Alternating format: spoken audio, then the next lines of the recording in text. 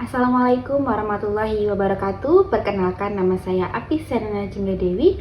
NIM saya 8589628865. Nah, di sini saya akan menjelaskan terkait tugas TT3 inovasi pembelajaran. Di tugas ini saya akan menjelaskan tentang automated online processing.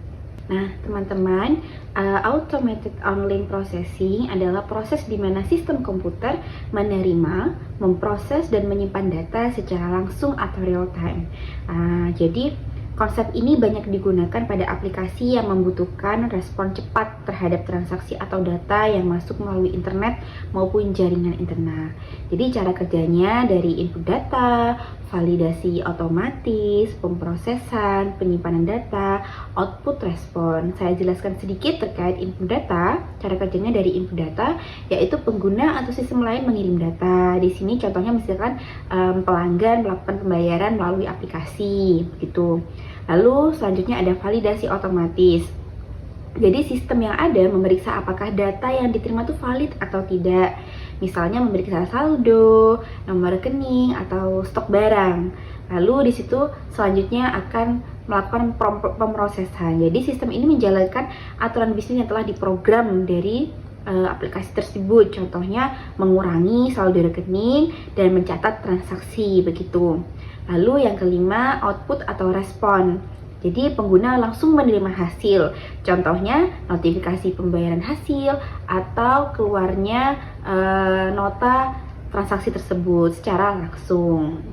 Karakteristik utama dari automated online processing adalah satu, real time ya, harus diketahui secara langsung dan segera dilakukan karena transaksinya secara cepat nih teman-teman. Lalu di sini ada otomatis. Otomatis itu apa? Minim campur tangan manusia karena prosesnya menggunakan aplikasi gitu. Akurat. Nah, akurat ini mengurangi kesalahan pada saat pemrosesan atau input. Jadi penghitungannya tidak manual. Lalu terintegrasi, yaitu dapat terhubung dengan berbagai sistem yang lain. Tersedia 24 jam. Jadi dapat beroperasi terus-menerus, tidak sekali pakai. Contoh penerapannya banyak ya, di berbagai bidang kita sudah menerapkan terkait automated online processing. Contohnya yang di perbankan kita bisa transfer menggunakan m-banking dan sebagainya, pembayaran tagihan, pembayaran yang ada di kehidupan sehari-hari kita. Lalu ada sistem akademik, nah pengisian KRS, pendaftaran mahasiswa sekarang atau siswa nih secara online, pengolahan nilai atau mengisi e-raport. Nah, itu semua secara otomatis dan online ya sekarang. Kalau di bidang industri juga bisa dipakai untuk pemantauan mesin secara online. Lalu sistem produksi otomatis, pengendalian kualitas berbasis sensor. Keuntungannya apa sih menggunakan automatic online processing ini? Jadi keuntungannya banyak sekali. Selain mempercepat proses dari transaksi kita, juga mengurangi biaya operasional, juga mengurangi kesalahan dari manusia ya, karena kita menggunakan mesin atau aplikasi online gitu, bukan human error. Lalu meningkatkan kepuasan dari pelanggan ya intinya, dan data kita itu valid dan selalu diperbarui di berbagai bidang, entah dari bidang industri maupun pendidikan. Banyak sekali kita atau manusia sudah menggunakan sistem tersebut. Nah, untuk pemrosesan atau sistem kerjanya sebenarnya sama. Tadi sudah saya jelaskan secara sedikit terkait sistem kerjanya.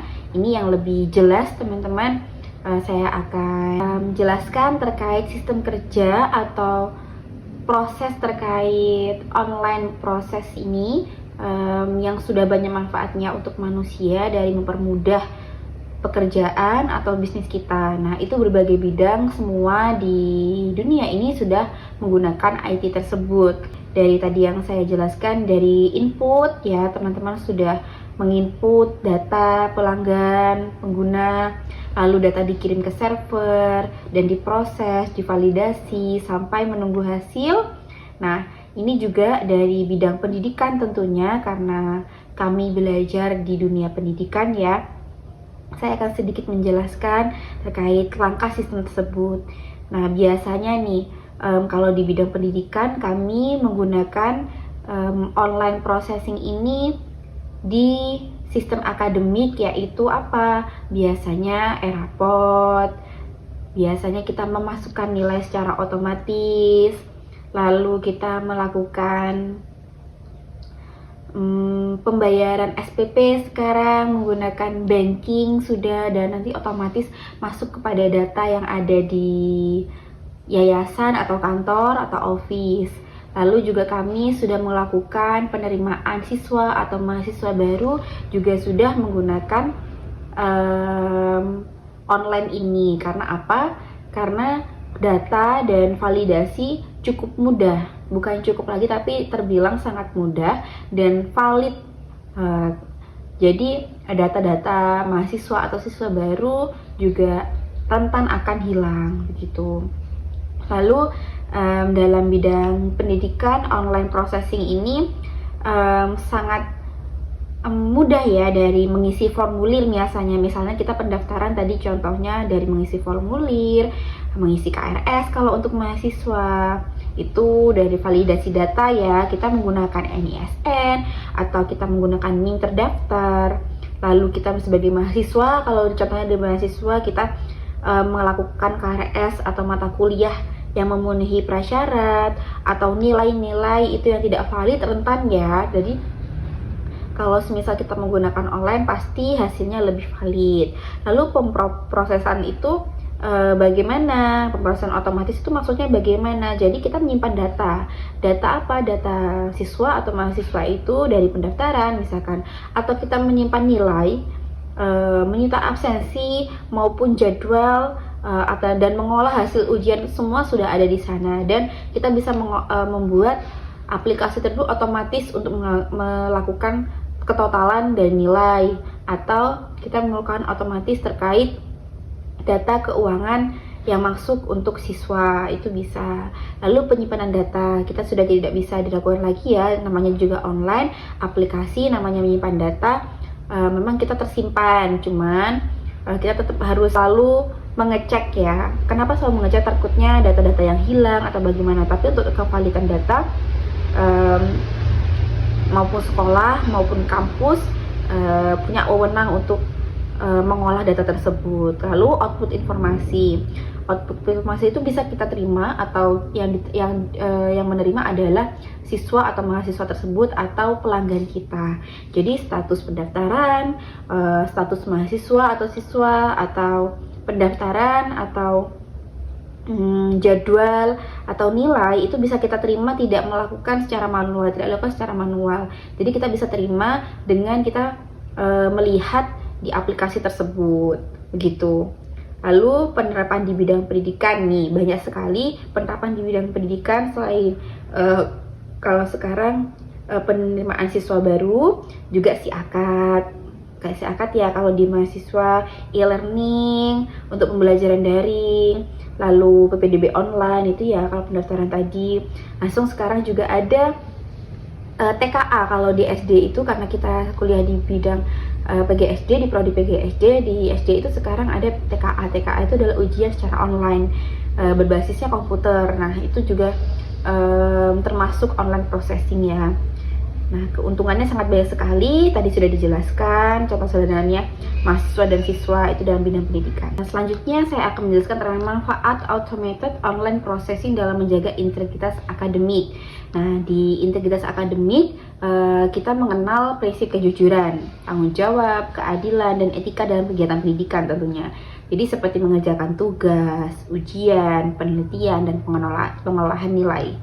Jadi automated online processing itu membantu apa? Integritas akademik. Melalui apa? Caranya sebagai berikut. Nah, saya jelaskan satu-satu. Yang pertama adalah mengurangi manipulasi data.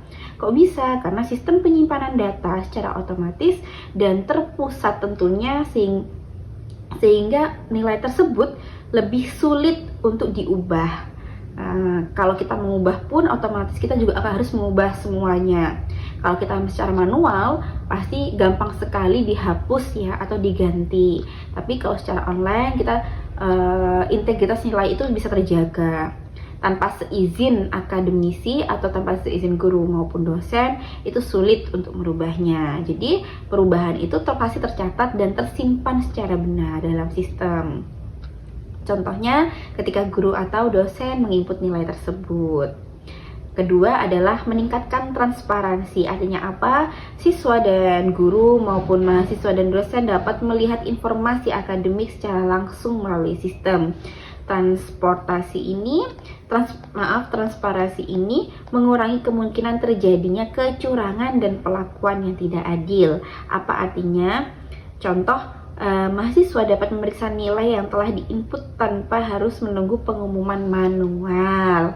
Ya, begitu ya. Jadi kalau nggak harus mahasiswa itu menunggu dosennya memberikan nilai secara langsung, karena dosen juga sudah bisa menginput nilai kepada aplikasi dan kita mahasiswa bisa melihatnya pada sistem. Contohnya di UT ada SiLayar atau MyUT begitu. Hal ini dapat mengurangi peluang merubah dan contek gitu ya, merubahan nilai. Lalu mencegah plagiarisme. Pada sistem online itu dapat terhubung dengan perangkat lunak kan ya. Kan sistem itu namanya aplikasi, itu perangkat lunak. Otomatis pemeriksaan kemampuan dokumen dan sebagainya itu lebih bisa terdeteksi. Jadi kalau misalkan ada tugas nih, plagiatnya lebih banyak, kita gampang nih terdeteksi. Karena apa? Karena di dunia sosial media hal-hal seperti itu tuh gampang kita lakukan. Nah, dengan penggunaan ini kita dapat melacak dengan mudah. Jadi tugas mahasiswa tuh dapat otomatis kita cek. Nah, dosen tuh bisa mengecek apakah ini plagiatnya banyak atau tidak gitu. Lalu menjamin keakuratan data akademik. Artinya apa? Proses dilakukan secara otomatis. Kesalahan pencatatan manual itu dapat dikurangi karena kita melakukannya secara online. Datanya lebih akurat. Nah, begitu. Lalu mempermudah audit dan pengawasan. Jadi kalau misalkan kita sebagai aktivitas akademika, karena kita melakukan pemrosesan nilai atau input nilai sistemnya itu direkam oleh log aktivitas yang online, maka pelanggaran atau sengketa akademik itu bisa kita telusuri dengan riwayat-riwayat yang ada karena semua terekam ya. Contoh kita pembelajaran menggunakan Teams, nah Zoom yang kita biasa gunakan di UT itu semua terekam. Nah, kita bisa melakukan atau melihat riwayat-riwayat yang ada jika adanya pelanggaran. Lalu menegakkan aturan secara konsisten. Artinya apa? Sistem itu menerapkan aturan yang sama kepada semua subjek. Artinya kepada semua pengguna, tidak ada pilih kasih. Mau kamu dosen, mau kamu mahasiswa, maupun kamu pengusaha dan siapapun, sistem itu tidak melihat itu. Semua sama sebagai pengguna pada aplikasi tersebut. Lalu pertanyaan selanjutnya adalah bagaimana universitas melindungi privasi mahasiswa. Nah, ini pertanyaan yang sangat bagus ya. Kita sebagai mahasiswa itu pasti was-was nih, bagaimana ya universitas itu nggak membocorkan nilai atau data terkait mahasiswa tersebut. Nah, universitas itu melindungi privasi mahasiswa dengan apa? Dengan menerapkan kebijakan atau prosedur dengan teknologi untuk memastikan nih data pribadi mahasiswa tersebut atau kita sendiri tidak disalahgunakan, karena semua ada undang-undangnya dan semua itu yang akses hanya pihak yang berwenang saja. Jadi pihak yang tidak berwenang tidak boleh mengakses data atau nilai tersebut. Nah, dengan cara apa? Membatasi akses data. Yang dapat lihat ya dosen yang mempunyai dosen pengampu atau yang memberikan nilai, maupun mahasiswanya mahasiswa yang diberikan nilai, tidak mahasiswa lain. Lalu yang mengelola nilai pun juga bagian akademik, bukan yang lain gitu. Lalu menggunakan sistem login yang aman. Kita menggunakan username atau password sesuai mahasiswa atau sesuai yang kita mau, tidak sewenang-wenang dari pihak kampus yang mempunyai username atau password tersebut. Lalu penggantian password itu juga secara berkala, jadi sesuai dengan apa yang mahasiswa buat. Tujuannya untuk mencegah akses dari pihak-pihak yang tidak berhak atau tidak punya wewenang tersebut. Enskripsi data artinya data yang dikirim dan disimpan seringkali dienkripsi sehingga sulit untuk dibaca pihak lain atau terjadinya kebocoran gitu. Lalu menyimpan data di server yang terlindungi. Kita harus percaya bahwa namanya universitas itu mempunyai server atau sistem keamanan yang memang bagus. Nah, dari sistem-sistem tersebut, insya Allah data kita sebagai mahasiswa akan tidak bocor gitu, karena tersimpan dengan aman. Lalu nomor 5 ialah menerapkan kebijakan privasi. Nah, universitas biasanya memiliki aturan atau prosedur yang ada. Yang prosedur atau aturan yang ada itu data yang dikumpulkan atau biodata yang ada disimpan oleh pihak kampus itu semua terjaga. Kebijakan privasinya yang tahu ya hanya kita dan pihak akademisi yang punya wewenang ya tentunya. Bagi pihak akademisi yang tidak punya wewenang ya tidak akan tahu, tidak berhak begitu.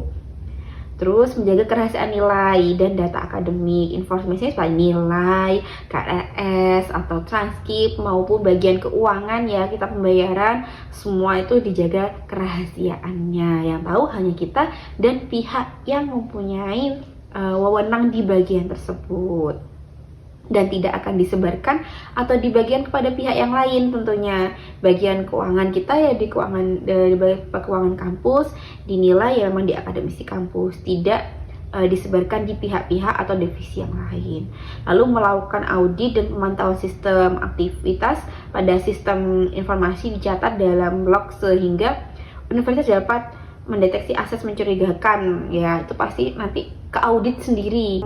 Aktivitas tersebut itu biasanya ada yang melakukan pelanggaran pasti teraudit sendiri atau hilang atau pasti dapat notif gitu dari pihak kampus. Jadi pihak kampus juga ada edukasi keamanan digital tentunya. Kalau di UT sendiri pun kita dari Pokja itu mesti selalu mendampingi dan mewanti-wanti terkait username dan password atau ketika ada username kita atau akun kita yang mengalami trouble. Jadi kesimpulannya itu universitas melindungi privasi mahasiswa dengan cukup jelas, jadi membatasi akses data dan sebagainya. Jadi teman-teman di sini tidak usah khawatir terkait kevalidan atau integritas terkait data atau biodata mahasiswa. Teman-teman, dari pertanyaan 4 itu tadi sudah jelaskan sedikit ya. Menurut saya cukup jelas dan teman-teman bisa mengulang kalau semisal ada yang kekurangan atau kurang jelas dari pernyataan yang saya buat ini. Kesimpulan dari 4 pertanyaan terkait automated online processing itu di dalam pendidikan tentunya membantu mengolah data akademik yang ada secara cepat dan tepat, akurat tentunya, dan otomatis secara langsung, tidak manual begitu ya. Jadi sistem ini didukung banyak sekali dari pihak-pihak manapun. Lalu integritas akademik dapat mengurangi kecurangan ya. Dari sini meningkatkan transparansi, tadi sudah mencatat setiap aktivitas di dalam sistem gitu.